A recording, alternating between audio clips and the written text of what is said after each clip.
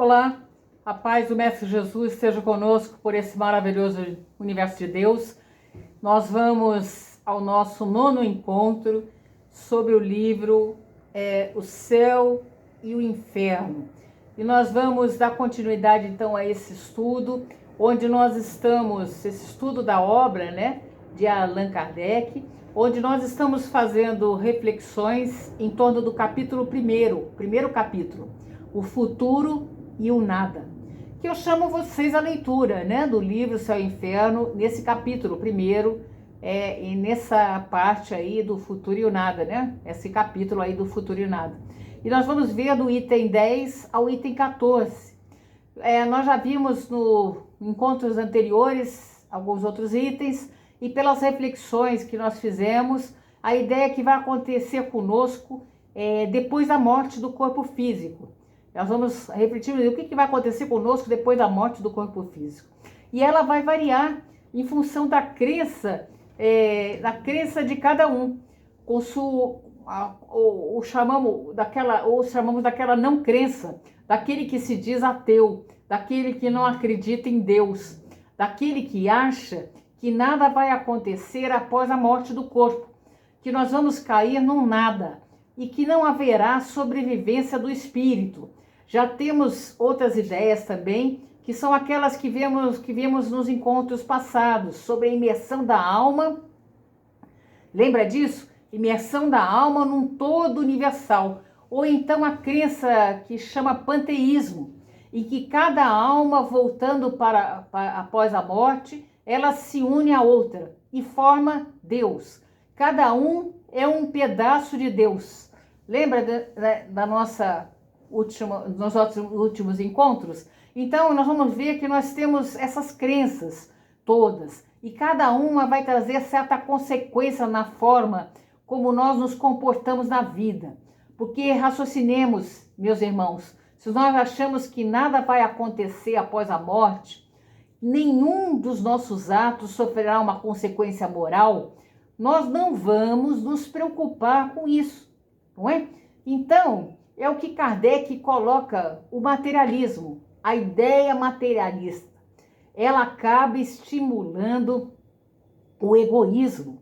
Essa ideia materialista estimula o egoísmo, porque eu vou pensar somente em satisfazer as minhas necessidades do corpo carnal. Então eu vou querer somente trazer para mim, o meu cotidiano, para o meu dia a dia, a satisfação dos meus desejos, porque eu me preocuparia com os outros. Pensa nisso, Vou querer os meus desejos, não vou me preocupar com os outros. E se isso acontece, eu me digo materialista, é algo para eu pensar. Poxa, será que não é só de boca para fora? Será que de repente algo lá no fundo me diz, não, eu tenho que me preocupar com os outros, eu tenho que me preocupar com as minhas ações, eu tenho que me preocupar com a forma como eu lido com as situações e as pessoas no meu dia a dia, tudo isso, E é algo para a gente pensar. E no item 10, que a gente começa a estudar agora Kardec, nos diz o seguinte: após fazer toda uma análise da crença materialista, do panteísmo e da absorção da alma no todo universal após a morte, além disso, esses sistemas, eles não satisfazem nem a razão, nem as aspirações dos homens, e chocam-se, como se vê, com as dificuldades insuperáveis, porque são importantes para resolver todas as questões de fato que eles suscitam. O homem tem, portanto, 3 alternativas. Quais são elas? Essas 3 alternativas: o nada, a absorção ou a individualidade da alma antes e depois da morte. E para essa última crença, a individualidade da alma antes e depois da morte, que a lógica nos conduz irresistivelmente, é aquela também que tem estabelecido a base de todas as religiões, desde que o mundo existe. Então a gente vê que o homem, ele instintivamente, ele tem esse sentimento que ele não vai percorrer somente essa estrada da vida material. Ele queria algo mais. Ele deu o nome disso para as diversas formas, que são os sistemas de religião, para poder materializar esse sentimento, esse conceito. Mas ele tem instintivamente esse sentimento, né? O homem tem instintivamente esse sentimento de entender que existe algo mais, algo que transcende, algo que permanece, né? Que vai permanecer, e que nada das suas conquistas, dos seus valores morais e intelectuais desaparecerão. E Kardec prossegue: se a lógica nos conduz à individualidade da alma, que é a diferença, né? Essa é a diferença daquele conceito do todo universal. Porque se eu morro e volto ao todo, eu não teria mais individualidade. E, consequentemente, qual seria a consequência dos meus atos?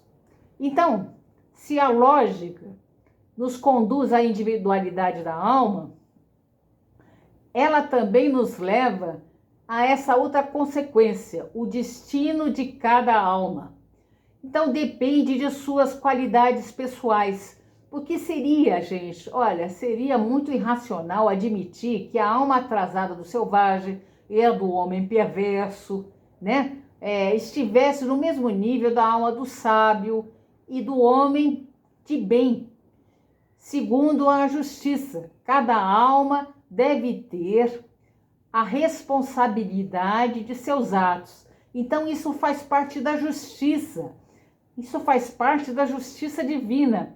A consequência dos meus atos, o resultado do que eu serei após a morte do corpo físico, está ligado diretamente àquilo que eu faço durante a vida corporal. Não é verdade? Então é necessário que sejam livres os homens para escolher. É necessário que os homens sejam livres para escolher entre o bem e o mal. Então, porém, para que sejam responsáveis, repetindo, né? Vou repetir bastante isso. É necessário que sejam livres para escolher entre o bem e o mal. Sem livre-arbítrio, a fatalidade, e com a fatalidade não poderia haver responsabilidade. Isso é muito importante, porque isso é algo que está tão inato em nós, a noção de responsabilidade dos nossos atos, que todo o nosso sistema de código penal, né, humano aqui, carnal, nosso código penal está baseado nisso. Então eu pratico uma ação, é uma ação errada, contrária ao bem-estar da sociedade. Eu teria uma punição, não é? Não é assim que funciona? Então, porque é entendido que aquilo que for resultado de uma escolha, é uma escolha que eu fiz, não foi um ato que eu cometi ao acaso. Então, é muito importante isso, gente, porque hoje em dia, gente, a gente vê algumas pessoas da ciência querendo chegar a uma conclusão de que tudo que nós fazemos não parte da alma. Não parte da alma, coisa nenhuma. Não parte da alma, coisa nenhuma. Não parte de espírito. Não se considera a existência do espírito. E sim que é uma simples reação química do nosso cérebro que produz isso. Mas se assim o fosse, qual seria a nossa responsabilidade então? É meio estranho, não é não, gente? Não é meio estranho isso? Gente, acho que tudo que está acontecendo aí no mundo, tudo que acontece à nossa volta é fruto de um acaso, de combinações químicas efetuadas dentro do cérebro. Será que é isso? Nós não teríamos responsabilidade nenhuma. E o amor que nós sentimos pelos outros? E esse amor que a gente sente pelos outros, gente? Que sentimos pelos outros. E os outros sentimentos que passam pelo nosso coração? É tudo resultado de ação química do nosso cérebro, sem que nós tenhamos participação e nem escolha sobre essas ações?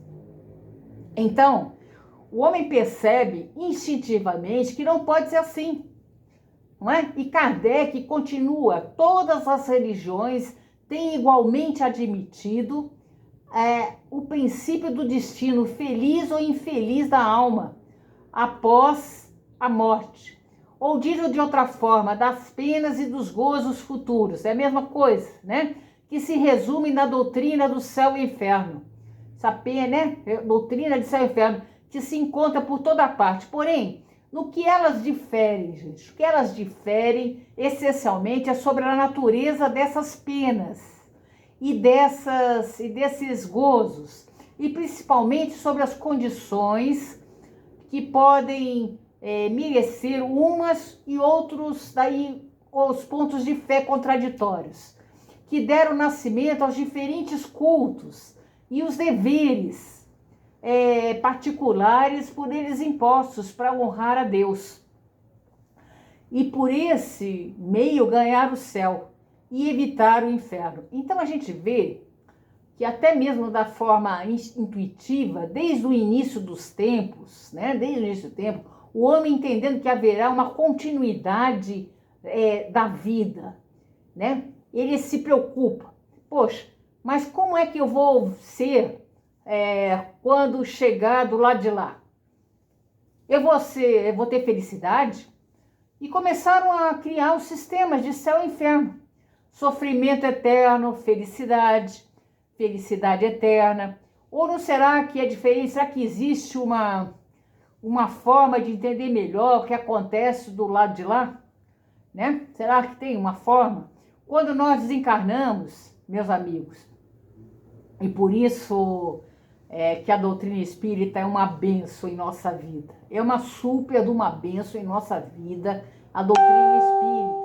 Porque aquela pergunta que às vezes as pessoas fazem, mas não tem como saber se continua a vida, nunca ninguém voltou de lá para contar a gente. Vocês estão aonde? Em que século? Que história é essa que nunca ninguém voltou de lá para contar? Gente, que século que estão? Já voltaram para contar? Olha a minha unidade, olha a minha manifestação dos espíritos dizendo que está acontecendo com eles. Né? Os espíritos manifestam no plano espiritual, na região em que eles se encontram.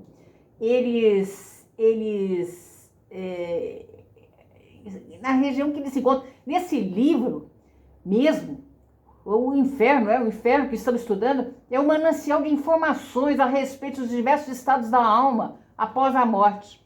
Então, nós agora vamos fazer uma parada aqui para voltarmos no nosso próximo encontro, mas lembra, já voltaram para contar. Que século que vocês estão, né? Já voltaram para contar, já contaram muitas coisas, nós temos muita informação, só quem não quer se informar é que fica desinformado, porque nós temos informação, já voltaram de lá, do mundo espiritual, para contar para nós, tá bom? Nós vamos parar por aqui, voltando no nosso próximo encontro, na continuidade aí desse livro maravilhoso que é O Céu e o Inferno. Bons estudos!